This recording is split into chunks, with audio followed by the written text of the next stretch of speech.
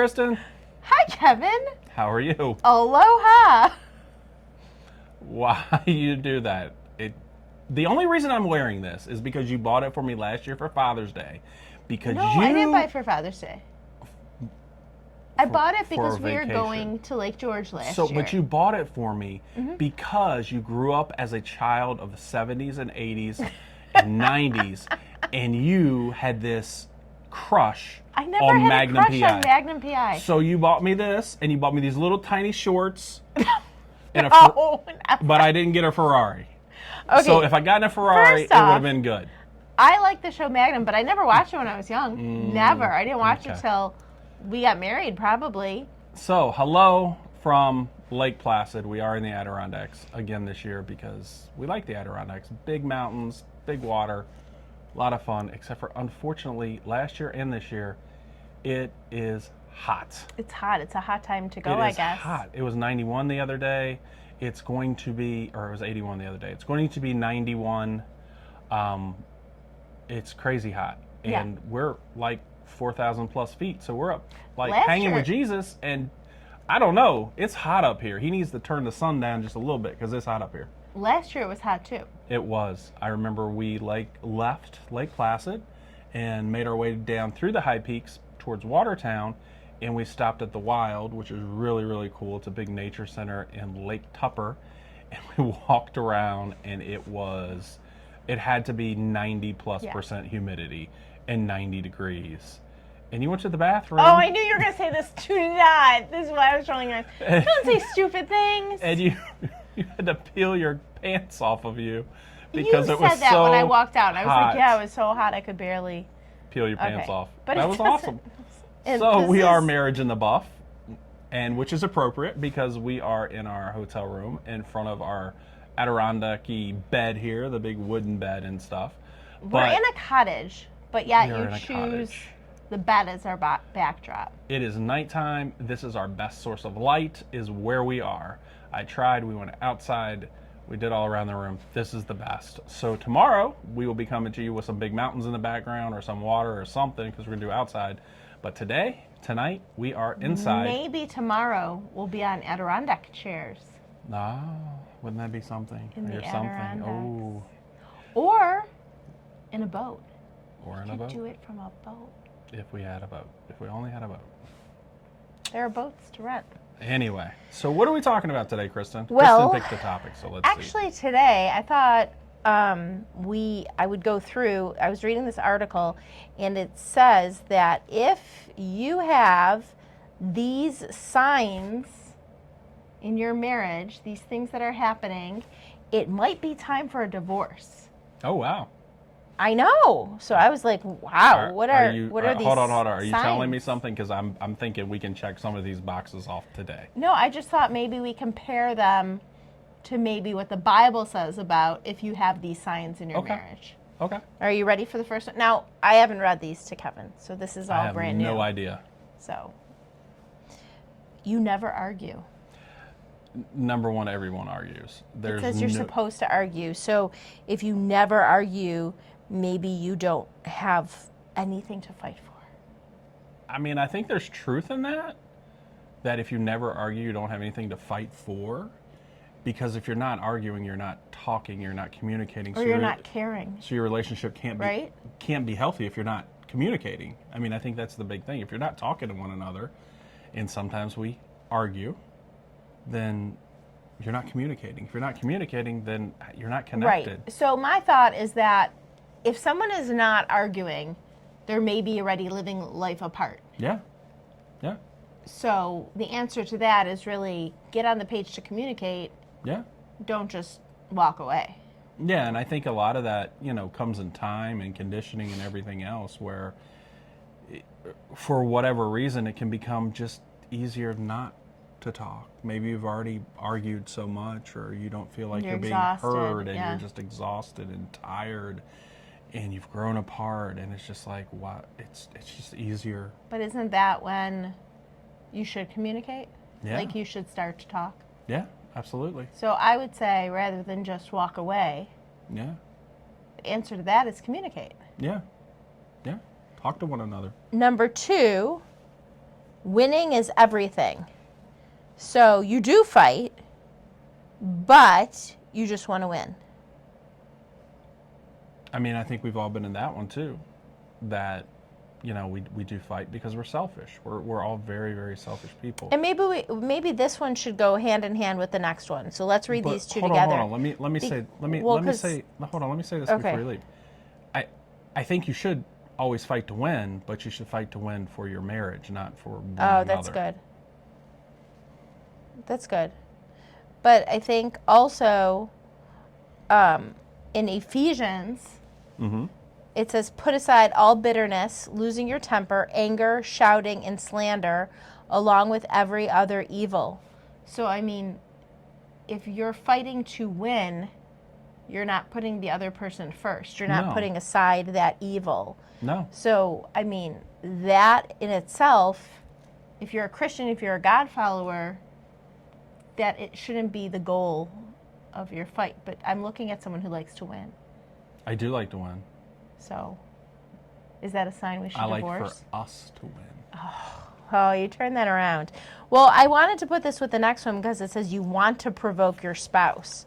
So it's saying that maybe you are trying to get into a fight so that you do have a conversation about why you're unhappy. Yeah, and I think that goes back to the first one, first not one. communicating. Yeah. I mean, the key to all of these is just how you communicate. Number one, you need to communicate with each other. Not communicating is not an option. Number two, you need to fight to win, but for your relationship. So however you communicate needs to be working towards that. And three, you don't want to provoke the fight, but you do need to have the talk, whatever it may be. And it's one of those things where, you know what, we all have feelings, and are feelings valid? Sure, they're valid to you. Are feelings a good course of action? Do they dictate what you should do? Absolutely not. But we all need our feelings to be heard as well. So we need to figure out a way to communicate our feelings in a way that doesn't antagonize the other person, but communicates what we need to say, in so we can just be validated and move forward. That doesn't mean like I can say something like that's really aggravating the crap out of me, but that doesn't mean that we have to change everything to be whatever would just appease my feeling at the time. But it does mean that, you know what, I need to voice that to you so that you know. And a lot of times once we actually just voice that opinion, that's all we need. We just need the other person to know, hey, this is how I feel right now.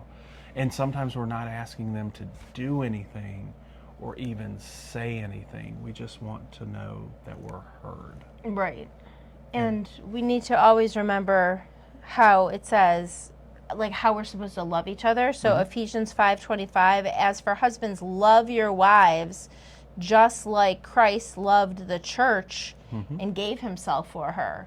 Yeah. So in that way, I mean, when you're fighting, you should be putting the other person above yourself, because we are to mirror Jesus. Yeah, absolutely. And I think that's really good, because a lot of times when we fight and people fight, and I know when we talk to couples and everything, and they'll be like really just stuck on one thing. It might be huge, it might be little, it might be something in between. But one of the things I ask is, are you willing to die on this? Is this the thing? Is this the hill you're going to die on? Is this the thing? And if we flip it to be more like Jesus, to follow his way, he doesn't die on a hill for his belief. He dies on a hill for us in our place. Wow. So if we did that in our marriage, if that was what we chose to die on, it's like, you know what, I don't like this, whatever, but you know what, for the better of you, for the better of us, for the better of our marriage, I'm going to just let it go. I'm going to let this die and move forward. So that goes hand in hand with the winning. That's with the winning too, not just that. Okay, so the next one, they send your heart racing. What that means is, it says, if you have a negative physical reaction when your spouse walks into the room. Now wait, let me listen to this. It says, our brains can lie to us. That's true.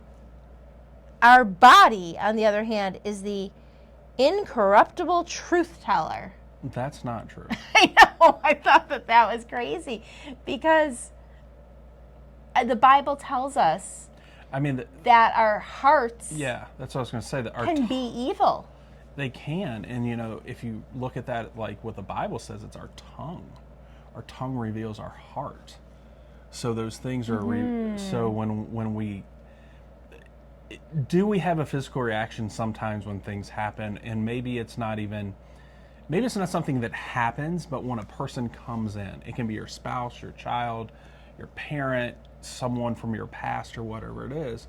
And I think but does that mean can you be stop a relationship with them? No, that can be positive or negative, because like you said, your heart races. I'm thinking, well, that could be a totally positive thing. Sure. But I get a totally negative thing. But again, if that is happening when the other person walks into the room, whether it's your spouse or whoever it is, there's probably some unresolved issue that you have not communicated through, that's inside you, pent up there, that is causing you to be alarmed, because you know what? You probably haven't forgiven something. Right. I would say more times than not, there's something that happened that you just have not been able to get over. And I think what that's telling you is that's a signal for yourself. Yeah. That's not, oh boy, it's this person's fault. Mm-hmm. I better leave the relationship. Mm-hmm. That is more of I'm a mature person and I need to work on whatever my issue is in this relationship. And it doesn't necessarily mean you're at fault. No. But it means that, like you said, you have something unresolved that needs to be either brought to light, maybe of the other person, but there's something unresolved going on. Yes. And there can be, if you just walk away from a relationship because there's that trigger, there's whatever, like that person, as people like to say, they trigger me, they whatever it is, that's you. You're the only one that can control that. It has nothing to do with them. And if you go into another relationship, chances are something's going to happen in which advertently or inadvertently that feeling is going to come back by something that new person does. And they don't even know it. They don't even, it's not fair, because you're doing this and you have these feelings that they don't even have control over or anything. Or maybe they did make the same mistake. And if they did, it's not like, oh, okay, this happened today. It's like, okay, well, this happened 5 years ago and 3 years ago and 4 years ago. And you're today, and wait a minute, you've only known this person for 6 months. Yeah. But you have all that stuff, all that unresolved stuff in there that's in your heart. Like you said, that's in your heart. And that's your heart. And that has nothing to do with the other person a lot of time. And it's like, forgiveness, when you forgive someone, that's for you. That's not for the other person. That's releasing yourself from that. And we all have a hard time with that. And I know I had a hard time with it for a long, long time. But I'm going to tell you what, when you learn to forgive and move on, that doesn't mean you forget. But when you learn to forgive and move on, you have freed yourself of the greatest burden you'll ever have. You really, really have. Because you don't take those things to bed with you. You don't have those things the next day. They're not in your mind building little walls that's affecting not only your marriage relationship, it can be with your kids, it can be with people all around you. And it's happening in ways you don't even realize, just because you're just, oh, here's one little brick, and here's another brick, and here's another brick that you're just putting up, trying to guard those feelings of your heart that aren't even real or fair a lot of the times. And didn't we just read this in the book by Gary Thomas? Sacred Marriage, where he said if you do leave a relationship and you move into another relationship and you have these unresolved issues from your previous relationship, that's not even the new person, you still have to resolve that, because what's going to happen is whatever reaction you would have had in your previous relationship, you will have again, and that new person will have no idea where that reaction might be coming from. And I think that this right here is that physical reaction. So maybe that person did do something to you, but you have to resolve that, or you're never going to have a successful relationship, even if you leave this one. Maybe that's why so many times people divorce and remarry and divorce and remarry. And let me say this. I said this the other night in our group. when we were talking about what you just said about those unresolved things.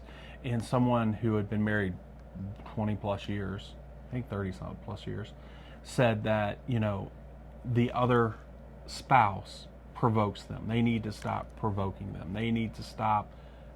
Listen, there is nothing you can do to honestly cause those feelings from your spouse. I know that sounds really harsh. That sounds whatever. And that's not not a reaction. That's not a yeah. whatever. I am the only one that can control my feelings and my reactions. Well, we're not talking about abuse. We're not talking like No, setting I'm all not talking those about major issues aside. setting all that stuff aside. I'm talking about, you know what, Kristen, you hate when I do this. Right. So I did it. Well, guess what? You might hate, or let me flip it. I hate when you pick your fingernail polish. Yes. And it does, and you know what? I felt my heart race from that one too. I really have. I mean, we're going to be honest on this one. Is this one of your reasons for possible divorce? It may be. My fingernail polish? Hey, I guarantee in New York today, it would be grimes. We'd be all set. But anyway, you can do that all you want, but the feelings that I have inside me and the way I react to it are only controlled by me. And I think part of following Jesus, part of being a follower, becoming more Christ-like in our walk day in and day out, means that we learn to give those little things up. It's kind of like, how many times do we turn the other cheek? 7? No, 7 times 77. It's one of those things. And in our marriage, I think that's where that comes in the most. The 7 times 77 is our marriage, because it's the thing that we are in and day out.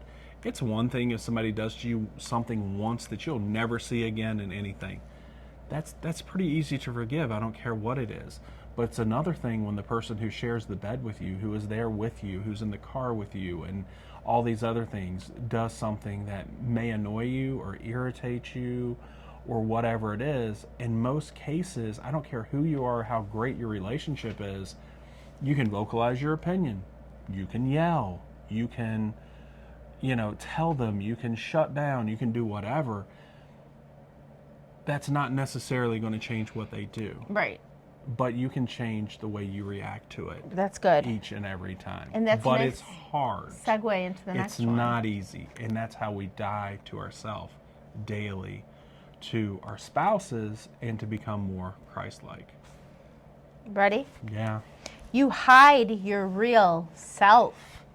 So it says that if you always have to filter yourself or keep your beliefs away from your spouse, it shows a lack of respect in your opinion, and that's tough to fix.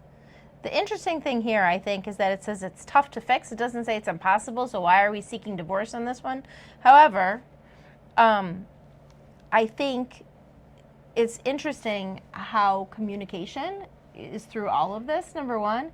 And number two, so if I have to always think about how it's going to affect you, then I'm not really open. So if I'm never allowed to pick my nail polish, is what it's saying, right? I don't think it's saying that, but okay, let's go with that. I'm going to let you go with that. So what do you think about that one? You're looking something up. I am looking something up, so give me 1 second. I mean, I think the very, very simple fact of that is it all goes back to Genesis 2, which was one of the things I was going to here.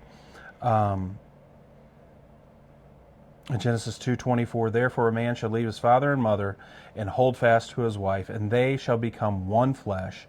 And the man and his wife were both naked and were not ashamed. And that's in the buff. That's the whole play on words we use and everything, and stuff like that. But that naked is not just a physical; it's an emotional, it's a mental, it's everything. It's totally naked, so that we are exactly who we can be exactly who we are. We don't have to worry about that because the other one is not going anywhere.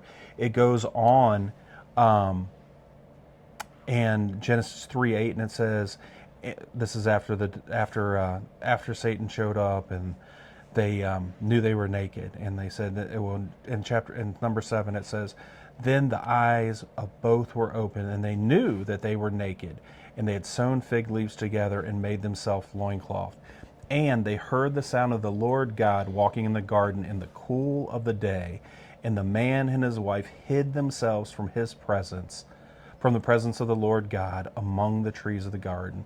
But the Lord God called to the man and said to him, "Where are you?" And he said, "I heard the sound of you in my garden, and I was afraid, because I was naked, and I hid myself." He said, "Who told you that you were naked? Have you eaten from the tree which I commanded you not to?"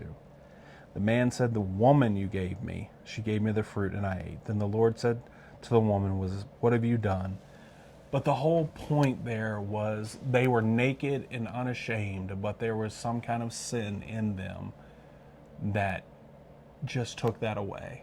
And that we're always going to have sin. That they hid themselves not only from one another, but from God, because of something, one of those feelings, one of those things that the devil uses in us. It's like, oh, you're not good enough. Right. If she knew, she wouldn't love you. If he knew, it wouldn't be okay. Because we're always going to have the sin. It's just the acceptance. They wouldn't want you. Or, wow, can you believe what they did to you? Right. Can you believe he did this or she did this to you? It goes all the way back to Genesis. It goes all the way back to the garden. There is nothing new. But that's a lie that we get today, and it's just like, oh, yeah, that's okay. You don't need to be divorced. You don't need to stay together. Just divorce them. Just divorce them. It's not worth it. But the other thing, I think, like you said, like, we will always have sin. So it's knowing that that person is going to accept you through your whatever, through your fill in the blank. But when it comes here and says you hide your real self, I also think that someone can read this and be like, yes, I'm not fully transparent with him. I do. But I think that also takes time.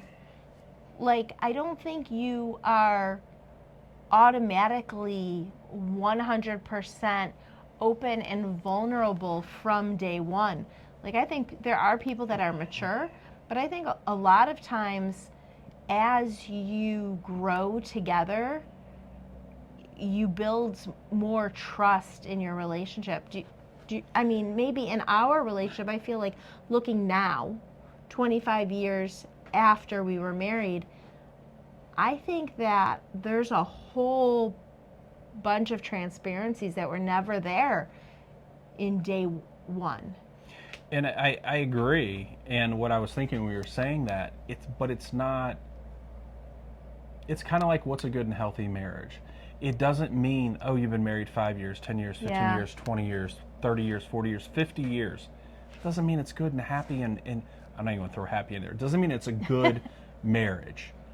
It doesn't mean it's a healthy marriage. There are people who have been married 6 months that have a wonderful marriage, who are connected, who don't have any secrets, they don't have anything. There are people who've been married 25 years who are no closer today than they were 25 years ago. And building more on top of each other. It always takes that work. So for you to know each other, one, you have to want to know the other person. Communicate. Two, the other person has to feel that you do want to know them. So it's a two-way street there. You can go your whole life and not talk about something because you just never do. It may be one person thinks, oh, well, this will be uncomfortable, or the other person, I don't want to hear it, or whatever it is. And we're just missing that part. So the other person, or both of you, are not truly honest and naked with one another with who you really are. So I think we lose that. I think a lot of times it's like, well, we've been married a year, or we've been married 5 years. We know everything about each other. That's crap. Yeah. Like that's a lie. That's a total lie. And the good news in all that is, one, that you can work towards it and overcome that. But the really, really good news, the really amazing news that I think is like one of the best parts of marriage is, we're always changing. I knew you were going to say that. Ever changing. People are always changing. So the person you married, 1, 2, 3, 5, 10, 20 years ago is not the same person. That's really good because you get more and more chances to learn about them as you go. So you're always learning those new things. And with what you're learning, if you're actually doing it, if you're trying, if you're dating your spouse, if you're putting forth the effort, that will bring you closer. Because there are things today that you and I do that we didn't do 25 years ago, or 10 years ago, or 15. We just didn't do them, and it's a different connection we Yeah. have now. And it's a new thing, because 25 years ago to either of us, it would have been like, this is stupid, or maybe one of us would have, or you know what I mean? But that's how you grow in your marriage. You But I think work on it, and you work that on maturity, being known. like we've grown in maturity too. Absolutely. So I think But- that's a thing. But that's the same thing with following Christ. You know, there are people sitting in a church that sat in their church their whole life, and they're 50 years old, 75 Yeah. years old, and they are a baby Christian at best, and Sure. some of them aren't even that. But they have walked through those doors, and they have sat in those seats, and they have sang those songs, and they have listened to those sermons. But, you know, it doesn't matter what you do. You know, it's not walking through a door and walking out and checking a box. It's what you do with what you're hearing. And our marriage is the exact same thing. There are people get married each and every day to check a box, and they're like, well, this really sucks. It's not what I thought it was going to be, so I'm going to go sign this paper and get rid of it. Yeah, an easy fix. Yep. The next one says you're overcompensating on Facebook, and what that is, what they explain that to mean is that you are crafting a highlight reel to hide your sadness, or to hide your struggle. And I think everybody does. I don't care who Yes. you are. And I don't know. Like if I you didn't feel like. you're I doing like this, the first part of it. I agree. Everybody posts a highlight reel. yes, I know a few people who post like just miserable. Like these are just miserable. they're people. always miserable. Man, that's I would rather their you post. identity. I know. I would rather you post a highlight reel to think that, man, you got something in there that's good. But we all post a highlight reel. The danger in the highlight reel, though, is when we look at someone else's highlight reel and then we start feeling those feelings Yeah. like, man, wow, if I was only married to her, if I was only married to him, wow, if he only had this job, if we only had this money, if we only had 3 kids instead of 2, if we only had 1 kid instead of 3, if we never had kids, if we did, If anything, if we moved if here, fill in the blank. if that's the danger of the Yeah. highlight reel. We all have highlight reels. It's like watching TV. You see this stuff, TV, movies, everything else, and it's like, oh man, that's it's a fantasy land. It's not real. Yeah, We're not meant to. so- And I will say this, because this is one of the other favorite things that I know I like to say and we talk about and stuff. You know, marriage is about the ups and downs. Yeah. We can't live at the peak. We can't. And you know, today when we were up there The summit. at the summit of Whiteface, and you look down up there on top, there's not much. There's some Rocks. wild trees and big rocks, Rocks. and the weather's different and everything. And you look down and you see all the green and all the beauty and everything. It's the same in our relationship. We can't live at the top. We can't live at the highlight. Nobody lives at a highlight reel every And day you know, of I their took a life. picture too of the road that we took, and it's sort of like that's the windy. journey. Like Yeah. that's our journey up the mountain. And it's a and windy road. back down. And then back down. You know, and I think it was really, really funny, though, like, thinking about that. Like, we went up, and it's 5 miles from I'm not going to say the base. It's 5 miles once you start the ascent up to Whiteface in the car. And so you're going up, and it's there's a couple switchbacks and stuff. And it's pretty cool. You get up there and everything, and you're like, wow, we're up here. You're not all the way at the top. Even once you drive up there, you still got to either hike up, or they get this really cool tunnel that goes in and an elevator that is like rickety as can be. And you get up to the top and you're like, wow. And then like Kristen said, when you look, you can see those roads and how windy and everything they are. But when you leave the top, you're going like this, and it tells you to go in low gear. And I think a lot of times we need that reminder in our lives too, that we need to like slow it down. Mm-hmm. And I think a lot of times when we get to the top, we're ready to just keep going as fast as we can.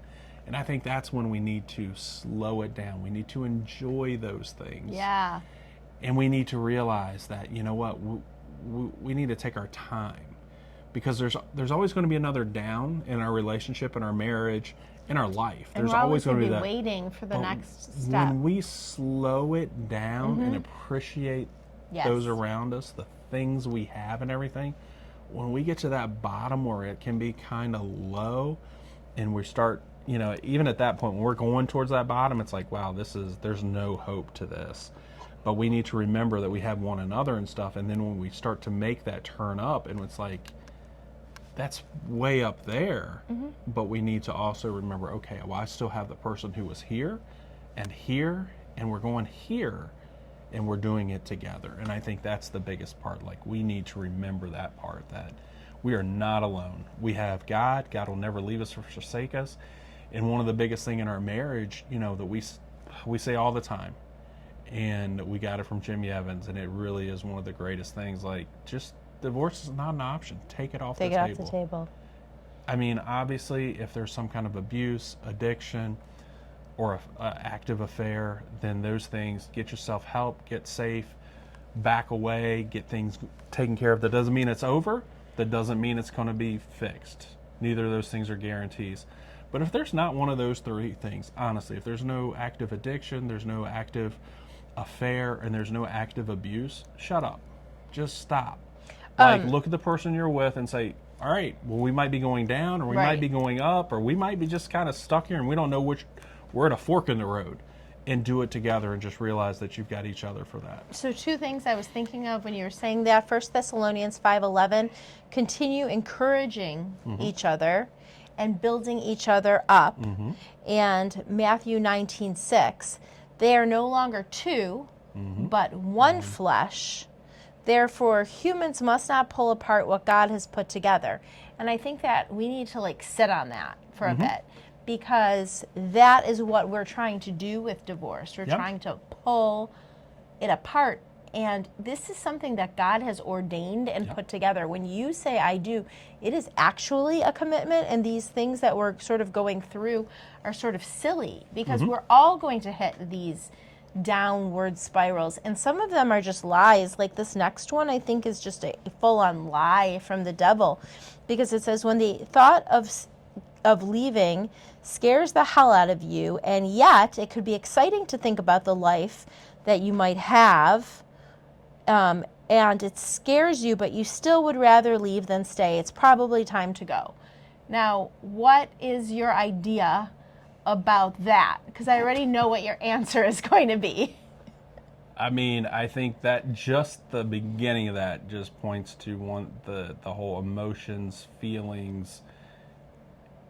They're fickle. They change as the wind.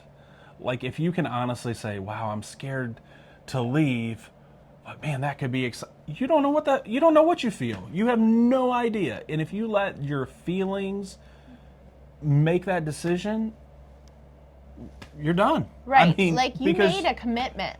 If it's just, wow, well, you know what? Well, this would be really hard, but you know.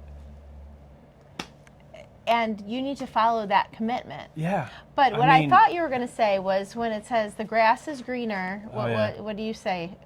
How do you say that? The grass isn't greener on the other side. It's greener where you water it. Right. And I mean, so this person's not putting in work. No. And they're just daydreaming about a what if. But every one of these things, the person's not putting in work. Right. Well, everything you have said, they're not putting thread, in right? Put in the work. They're not dying to self. They're not putting their spouse first. They're not putting God first, then their spouse. They're doing none of this. They're just like, I don't know what I feel like today. Pause that one, because that's the answer for the next one. Kids or work or friends come first. That's an indicator that you should divorce, it says. What is that actually an indicator of? That your priorities are screwed up. Right. And that you can fix that.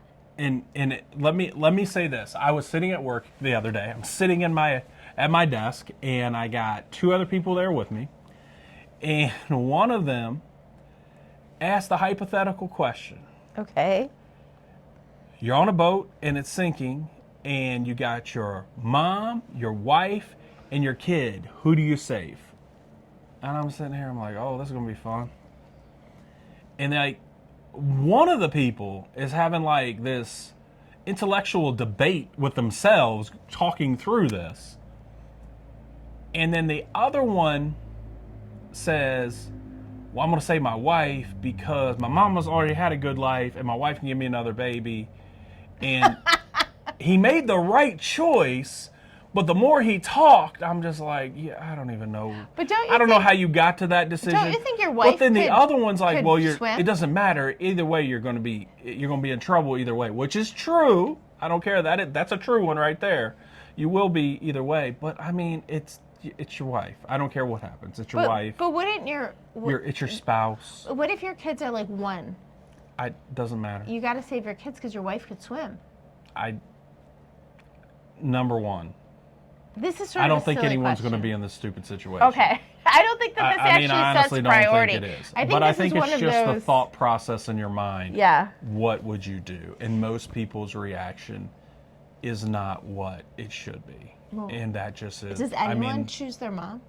I don't think so. I mean, one of the people, he said she lived a good life. She lived a good life. Yeah, I mean, he really did. He's like, well, she's old. I think the problem in the whole question comes more when people try to explain their answer. Yeah. Their thought process. My I think that's where the process biggest. is It's everyone had a good opportunity to learn to swim. Yeah, once you If gotta give this whole. If you got a baby, she hasn't learned to swim yet. Why's it gotta be a girl? Because we only have girls. We don't have any boys. But the next one is it's I and me and never we. Yeah. So that's another reason. I think that's awful. That's something that takes Now, a hold on. lot of time to fix because you have to which- change a whole mindset. Which way is that though? Which way is what? Is that the person contemplating divorce, or is Yeah. that the person they're married to? What does that mean? Well, because I can see it both ways. It I says can the see- pronouns you choose, I, me, mine, our, us, we, are a sign of how close you feel to your partner. Yeah. What but expressions do you find yourself or your spouse using? that's what I was going to say. What if your your spouse spouse is using those? Well, you got to fix Then it it's- regardless, right? Because That's you are right, one. But that's even harder. That means you got to put in more work because you have to change.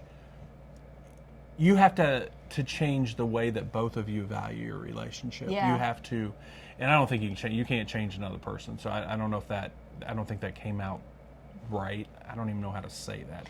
Well, I think out of but- all these, this is the most detrimental out of all of these because Yeah. it shows, underlying how Yes. you think, right? Yep. Like you just said, the last question, but how what your thought process Yeah. is.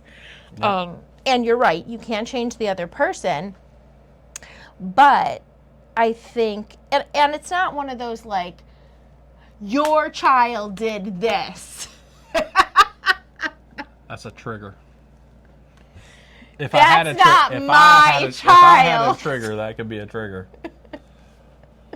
So I think that's something that will take time to turn around. It is. But it means that you're starting, I think it means in my mind, you're living separate lives, right? It does, but I think it does. Like And separate I think, bank accounts? Yeah, that's stupid. I think I think you can use those in a positive way. I think you can use those in a positive way to say, you know what, I need to do this.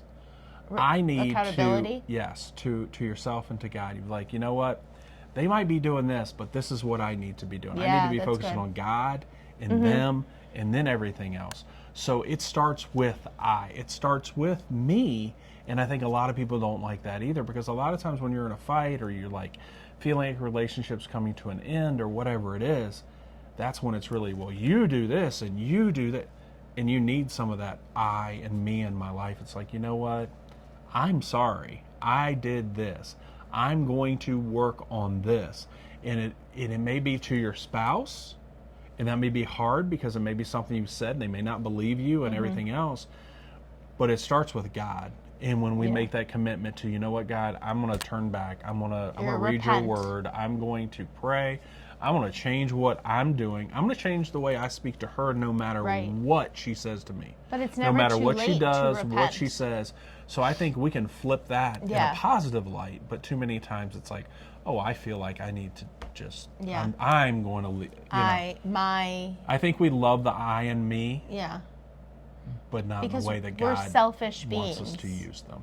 Yeah. But it's never too late to repent. It's No. never too late to turn and say you're sorry. No. So, so I think that one to me, out of everything we read, is probably could be the scariest, depending, like you said, how it's used.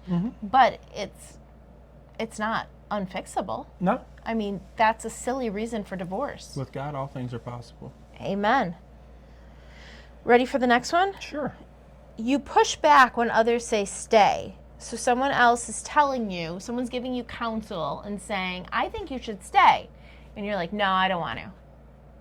So if you're feeling that way, then leave. I think that's something we talk about a lot. That we need to, before we get into a situation like this, we need to choose the people who we are going to allow to speak into us. And in the heat of the moment, when we go to people, when we have a lot of emotions, when we think, you know what, I'm done, this is it, they pissed me off for the last time, or whatever it may be, we don't go to the people who we would think would be wise counsel or give great advice or have a wonderful marriage or whatever it may be. We tend to go to the people who we think are going to say what we want them to Validate our say. feelings. That's going to validate our feelings. So when we're bent towards that, when we do have someone say, hey, just see what, stay, calm down, see what, then we're like, we don't even want to hear what you have to say. Right, we want to run to that person. We want to run to the person to say that's what you going want to say to what we hear. want. But if we haven't set those boundaries, if we haven't put those safeguards in place, okay, if we have a problem, and I'm not talking about a divorce, because we're all going to have problems in our relationship. We're all going to have issues between husband and wife, Peaks and valleys. kids, just all this stuff. And that's why it's so important. And it doesn't matter if you just got married, which we tell our premarital people, or if you've been married 50 years, you still need those people that you turn to speak into your marriage. And you know what? You may have been married, and let me say this for us. We've been married 25 years. I know some people have been married a year or two that I would listen to what they said to me. Oh, yeah. And I know some people who've been married 50 years that I wouldn't listen to a single word they had to say to me. You know what I mean? And that it's should not go about with longevity. Parenting. That should go with a lot of different, not just relationships. So I think this is one of those times where if we set those boundaries ahead of time, if we put those safeguards, and those people in place. And we have put those people in place, and we know what they have in their heart. We know what they're doing. We know all these things. I may be emotionally charged and angry and whatever, but if I go to this person and they say, hey, what are you doing? Right. I should still be able to say, wait a minute. I may not agree with what they're saying to me. Right now. But I need to calm down and think through this and give thought to what they have said to me. But if we don't have those people in our lives, we're going to run to the one that says, leave, find yourself. You don't deserve that. You deserve so much better. Right. Because there are your friends who will just agree with anything you say just to make you happy.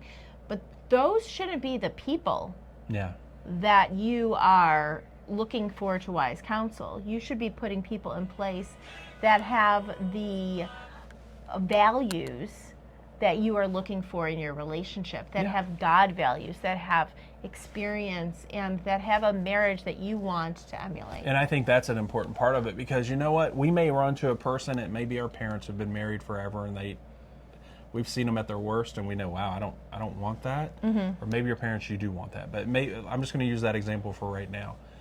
And it's a person who's been through hell and back, and maybe still in hell, and they're like, "Oh no, just stay. You're gonna just blow that off in 2 seconds and be like, oh well, where's those papers I can sign and get the heck out of here? You know what I mean? So we need to put those safeguards in place so that we know, hey, this is a person who has something I want, who is wise, and I'm going to, whether I like what they say or not, I'm going to take time to listen to it and take it to God and see where I end. The next one is they stop being your go-to person. And I feel like that's when you are already pulled apart in a relationship. So the easiest way to fix that is date nights, is having fun together, is rediscovering why you want to be with that person. Yeah. And I think that's a huge, huge point, that what do we value most? I know we talked about this before, like you can put it on paper. You can put it down on paper. What's the most important things in your life? God, your spouse, your kids, everything else. All right, put on paper, put your week down there. Well, is God really the number one thing? When you look at how you spend your time, is your spouse number 2? Are your kids number 3? Is your work number 4, 5, 6, whatever it is? Right, that can be whatever. Or is maybe this week your work's up here, or maybe your friends are up here, and maybe we push God all the way down at the bottom, or maybe it's your kids are up here, and you keep pushing your spouse down because you got to go to work and you got to do, and just keep pushing it. When we get those priorities out of order, our whole life suffers. And I didn't even think about that being a priority issue. If your wife or your husband is not your priority, they're not going to be your go-to person. Yeah, that's good. That's good. No matter what. I was thinking of it more on the terms of holding date nights important, doing fun things, connecting. Connecting. So that the more fun you incorporate, the more connection, communication. The more you know one another. Yeah, the more you're vulnerable with each other, they will become that. So all of these stacked up seem to be awful, but there are ways to overcome all of these. These are all issues that you can recover from. In fact, the next one says that forgiveness doesn't seem like an option if you're dredging up past issues every time there's an argument or holding on to resentment. It's most likely the marriage won't survive. Which is true. I mean, it is true. But that starts with you. But don't do it. Right. I mean, you're the only one that can change that. I mean, it's true. If you cannot get past the past, you have no future. Now, what if your spouse can't? Like, that's a tough place to be. Then you got to give that, I mean, you have to give that to God, number one. There's nothing you can do that will change their feeling. And I hate to say it that way. I mean, you can do things that can maybe make them a little happier or a little sadder or everything else. There's nothing that you can do to make them forgive you if it was something like that. There's nothing you can do that makes them forgive anyone. That is between them, themselves, and God. And until they can make that step, they're going to be a miserable person. Or maybe they're not miserable every day, but when whatever happens that reminds them of that, then it's going to be a miserable day. So what you have to do is hold firm to God and say, you know what, God, I don't know why we're going through this storm. I don't know how to fix it. I can't fix it. I'm giving it to you, but I trust in you that you work all things for good, that you brought us together, that we are married before you, that we love you and we trust you, and then you will get us through this. And I will endure is no active abuse, no active addiction, no active adultery. Let me get that one out there. But other than that, I will endure this hard road because you can't, I don't care what it is.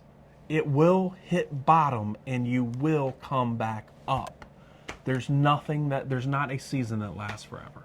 Good nor bad, nothing lasts forever. And you know what I was sort of thinking too, was that whole thing when you were saying, like, through this, you stand firm, right? You said that if it's your spouse who's dredging up the past and not being able to forgive. But you can also communicate that to them, which is part of the next one. It says you already have an exit strategy. Like, don't have an exit strategy. Yeah. You take divorce off the table, because if you keep saying divorce, then yes, you will be leading in that direction. But there was that story in one of the books we were reading where the husband took the wife and said, no matter what you have done, we will get through this and I will never leave you. Like, you could, if your spouse has unforgiveness or unrepentance, you can actively say, no matter what happens, I'm here. Yeah. And we talked about that in our Monday group the other day too. And let me tell you what, if you are the spouse that's going through something and your spouse says that to you, that is going to just lift a weight off of you. Yeah. It will just give you some room to breathe and to know that, you know what? You're not under scrutiny. Maybe I screwed up, but it's okay. Yeah. We're going to get through this. And it might be hard. Yeah. So But I'm saying we it's will easy. get through it. Like, I think that just communicating that out to the other person is huge. Yep. And the next one says, it's hard all the time. If it's hard far more often than it's inspiring or pleasurable, it might be time to move on. Life's hard. I mean, I don't care where you are. I don't care what you're doing. Can you imagine if you read that and you're like, oh, it is hard. I'm leaving. Yeah, I mean, I don't think anybody be married more than a week or two, like, honestly. Or a year. I mean, that's way crazy. But it is hard. And if you say it's hard all the time, you're going to go through those seasons of all the time, too, I think. Don't have kids. Because that's hard. And, you know, we were reading in one of the books that I keep thinking about, because this is speaking a lot to the last chapter, I guess, where it said, if you look at your marriage in the light of eternity, which is a really, really, really, really, really, really, really, really long time, like even more longer than that, then what's a hard decade or two?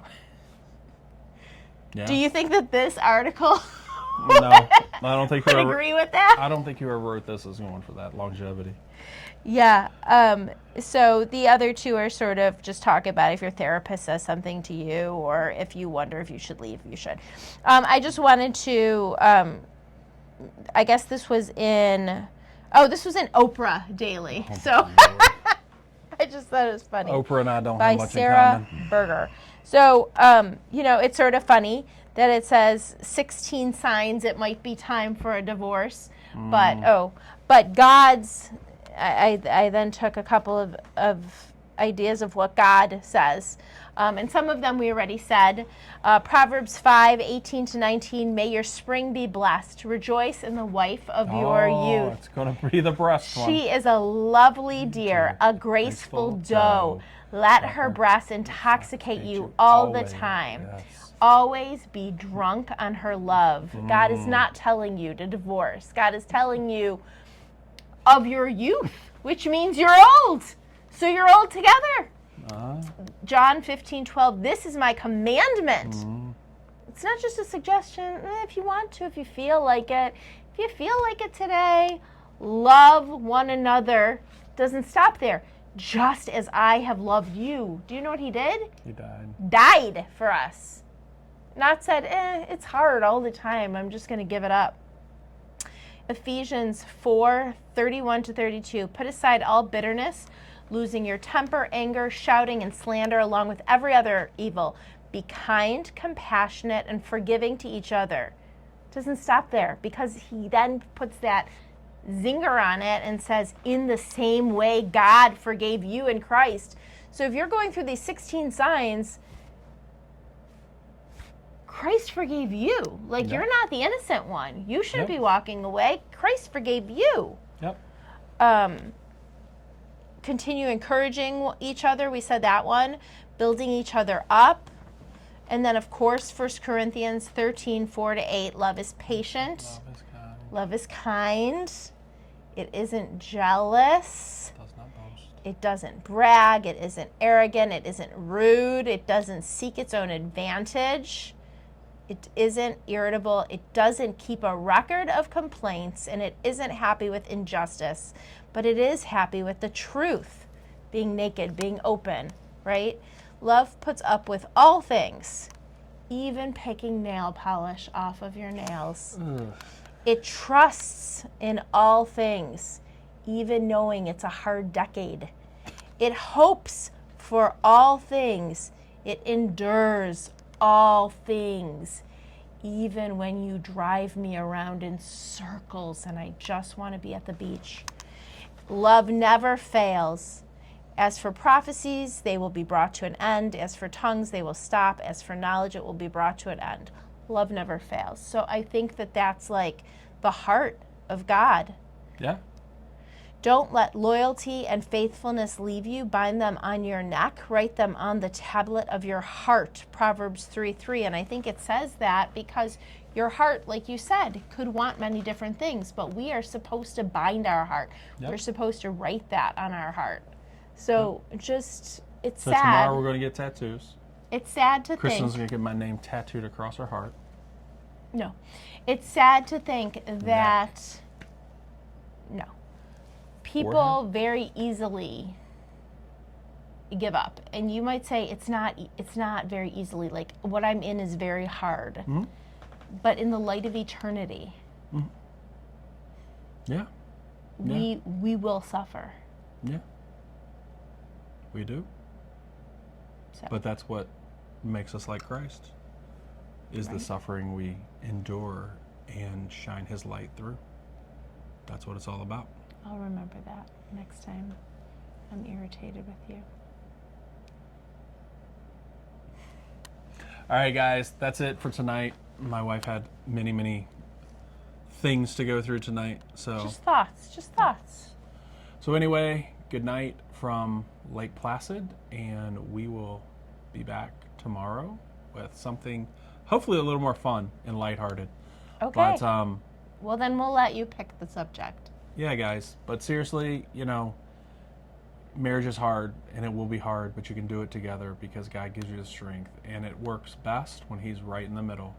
And the best thing is, it's an example, and it should be an example of his love for us. Yes, it is. Which is like mind-blowing. That's right. It's what prepares us for eternity. It's your spouse. Love you guys. Have a great night. Bye.